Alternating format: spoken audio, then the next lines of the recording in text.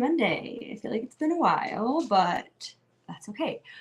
We're back, and excitedly, it's December. So before I get on my big, ranting and starting and all that, I just want to make sure connection is good first and foremost. So if you can leave a comment, let me know that you can hear me and see me.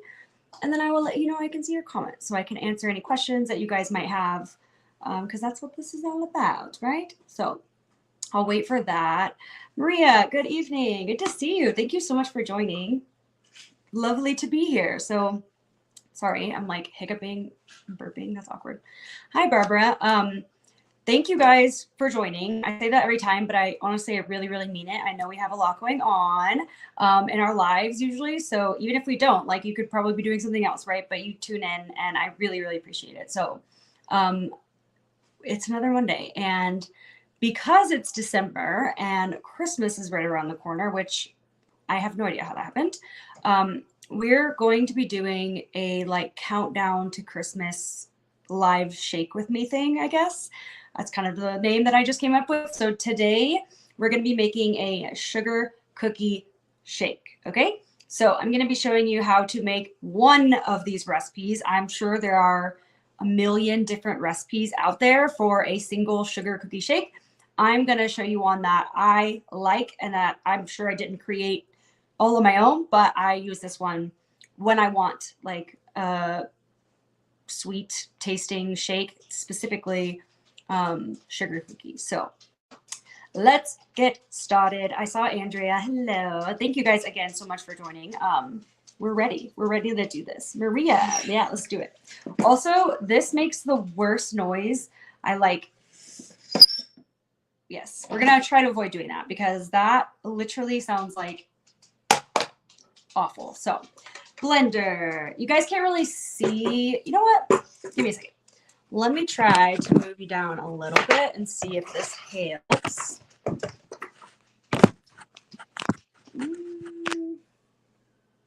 I don't really know if that's better. You can't really see. I don't know. I think it's better up here. So I'm going to move you again. Just bear with me.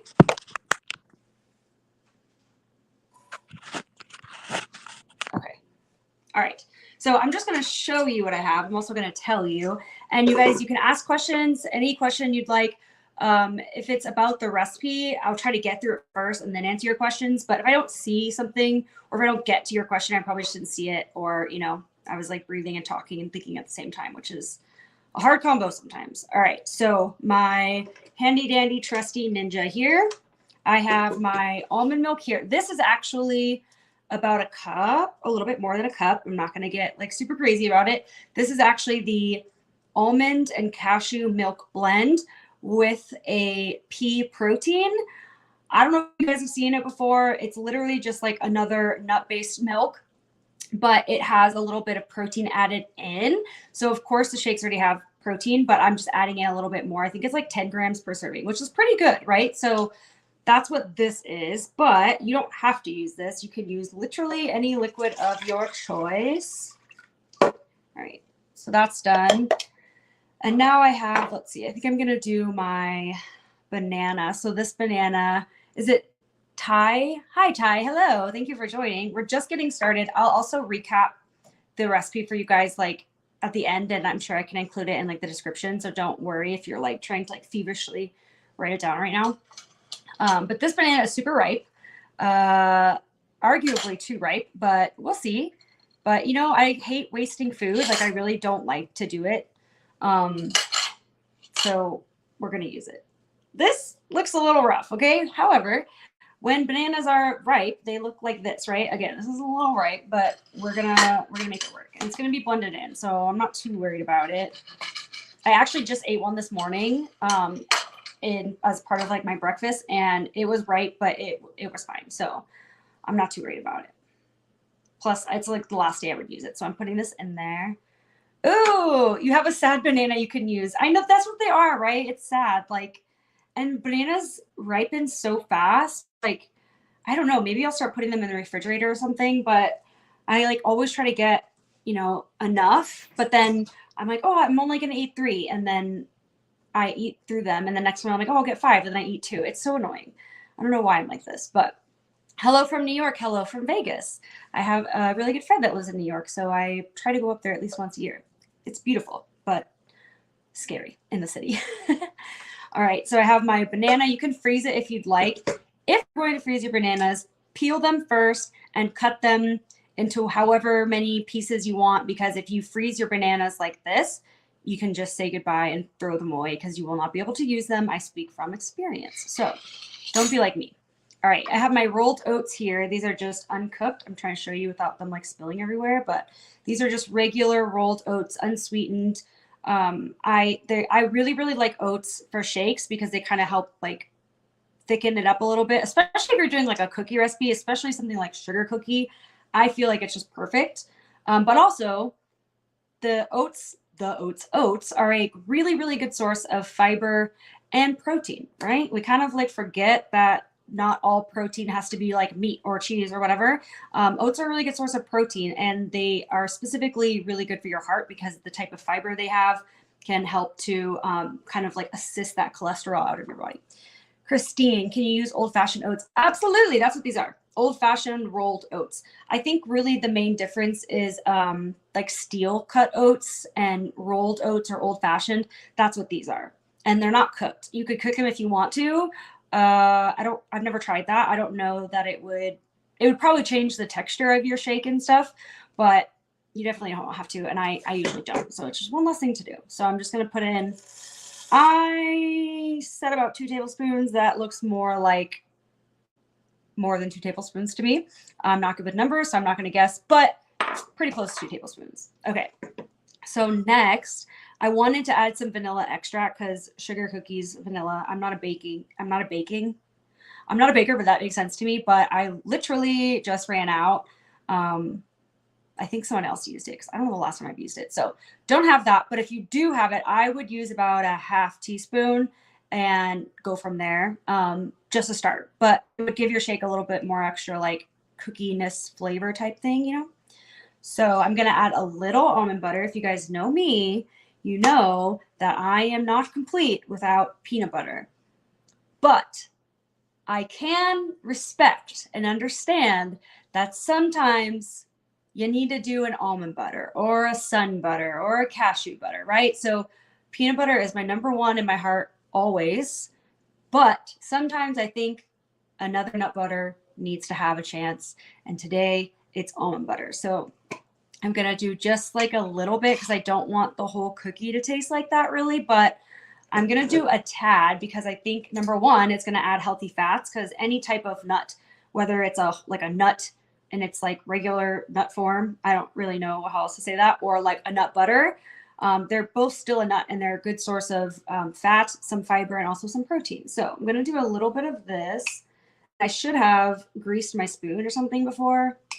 I will never learn. But this is like a tablespoon, right? Obviously, it's not exactly, but I'm not going to stress about it because the difference in this and like an actual tablespoon is so negligible that it's really not going to be like anything that makes or breaks my day, right? So I'm going to just do that. One day, maybe I'll do it the correct way. Probably not, but maybe. I thought I had my MCT. Okay, 1 second.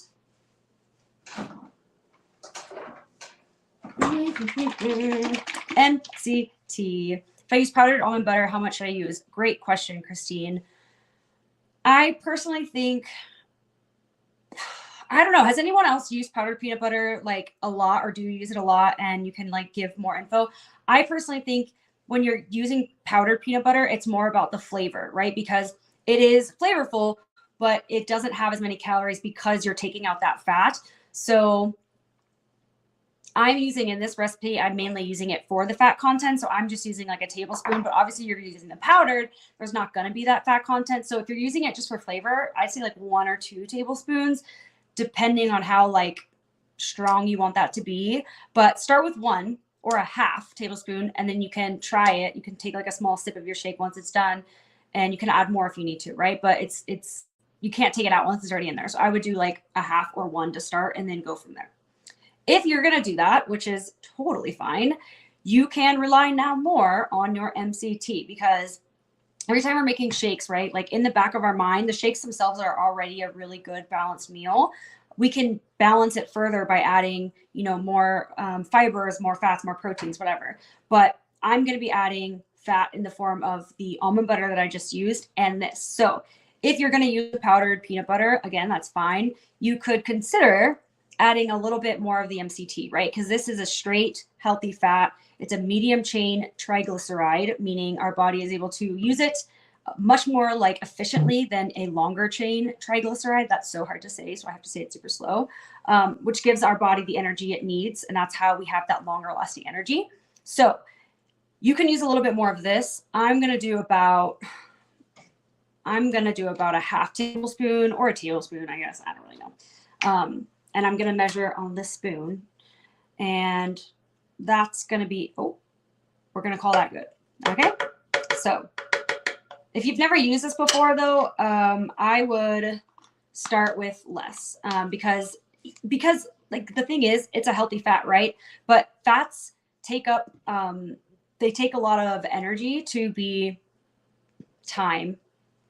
and time to be digested and absorbed. So it's kind of sits in your stomach for a little bit, which is helpful because it helps us to feel full, right? And if we're feeling full, we're going to eat less. So fats can be helpful in reducing our overall calorie intake. But if we eat too much of it too quickly, even if it is a good fat like this, it's going to sit in our digestive system for a little bit longer than other foods. So if we eat too much of it and we introduce it too quickly, it can cause some digestive upset, right? So if you're new to this, I would do maybe like a half tablespoon or one at most at a time and see how it works for you.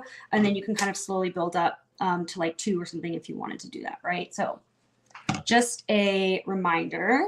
All right, now I have the vanilla cake. This is the 310 28 serving bag. And I wear the worst shirt for this. It comes with a pre-measured scoop inside. All of our bags do. I think it smells good, but I don't know. Teach their own. So this is the pre-measured scoop. Look at this. And this is 1 serving, right? So if you get a bag and it says a scoop, like 1 scoop is a serving, and you're like, where is my scoop? It's possible that it is a sample bag. So it's probably something like this size. And there is no scoop because the entire packet is equivalent to 1 scoop. Or it could be that it's just really, really far down there. Sometimes it gets pushed down in like transit. So you can just kind of feel around. And worst case scenario, it's not in there. It's equivalent to about 3.5 tablespoons of like a regular serving spoon, tablespoon, not serving spoon, tablespoon. So hopefully that helps. All right. So I add my shake powder last. You guys know this because I think it blends better. That's just what I have found. But if you find something that works differently, do that. All right. So turn this on. I'm getting better about using this. I swear every time all right. As I said that, I am now struggling.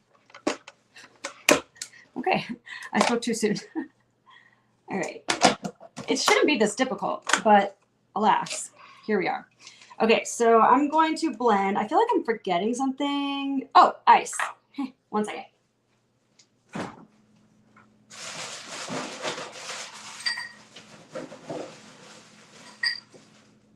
All right, I got my ice. I know it's cold outside, and it actually is cold for Vegas. And I typically don't use a lot of ice, but recently I've been liking cold drinks, even though it's freezing here, or freezing by my standards for Vegas. I've been drinking them cold and adding ice. So I added ice, but you don't have to, of course. It's just kind of one of those things that it can kind of course, make your shake cooler or colder, and also it kind of adds like some body to it. I don't know that that's the right word, but it's like once you try it, you'll know. I don't know if that's the right word, but you'll know. Okay.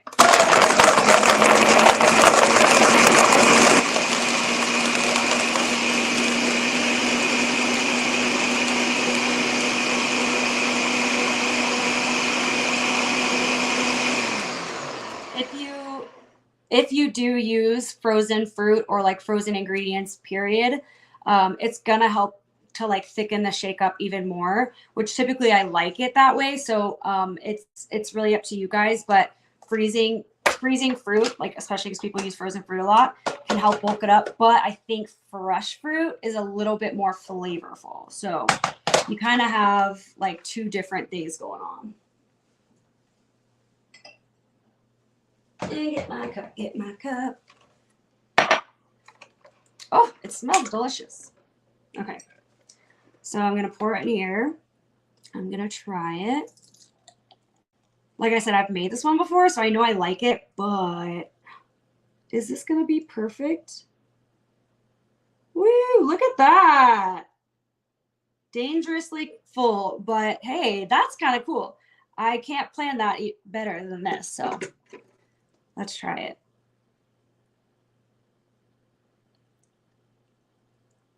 Yeah, it's just so good. And the oats, honestly, I like that I used a little bit more because it gives it more of that, like, I don't know how to explain it, but when you eat a sugar cookie, it's like, maybe it depends on the cookie, but it kind of like crumbles in your mouth. I don't really know. I'm not a baker, so I can't really explain it, but the oats, I think, just gives it enough like body and texture to where it actually feels like, okay, I feel like this could be like a sugar cookie type thing versus like, oh, it's just a shake that's a liquid, right? So bulking it up can kind of help to make it more like resemble the food that you actually are trying to mimic. But that's today's super, super simple. Obviously, this took a lot longer because I'm talking to you guys, but this is something you could whip up really easy, right? You could just do this in like 5 minutes to get out the door, or make it the night before or whatever. But I'm going to be showing you guys throughout the rest of the month, which is probably only like two more Mondays, different ways or different shakes that you can make that are holiday inspired, just because it's like the countdown to Christmas shake style. So that's what we're going to be doing each Monday. If you have like a shake you want to see, whether it's cray cray or not, feel free to message me or comment. Even better, comment in this live in the comment section and let me know what you guys would like to see, and I can try to create something fun or just something that I think would taste good and hopefully you guys might like too. So that is really all I had for today. Make sure you guys, just like you did today, keep showing up on Mondays, showing up for the lives, staying active in the community, staying involved is going to help not just you stay on track, but you never know who's watching you and who is like relying on you and who you're motivating, right? So staying active in the community is going to help everyone, us included. So that's all I have for today. Again, don't forget to leave a comment, react to this video. Let me know what you guys like, what you want to see more of. And that's it for now. Bye.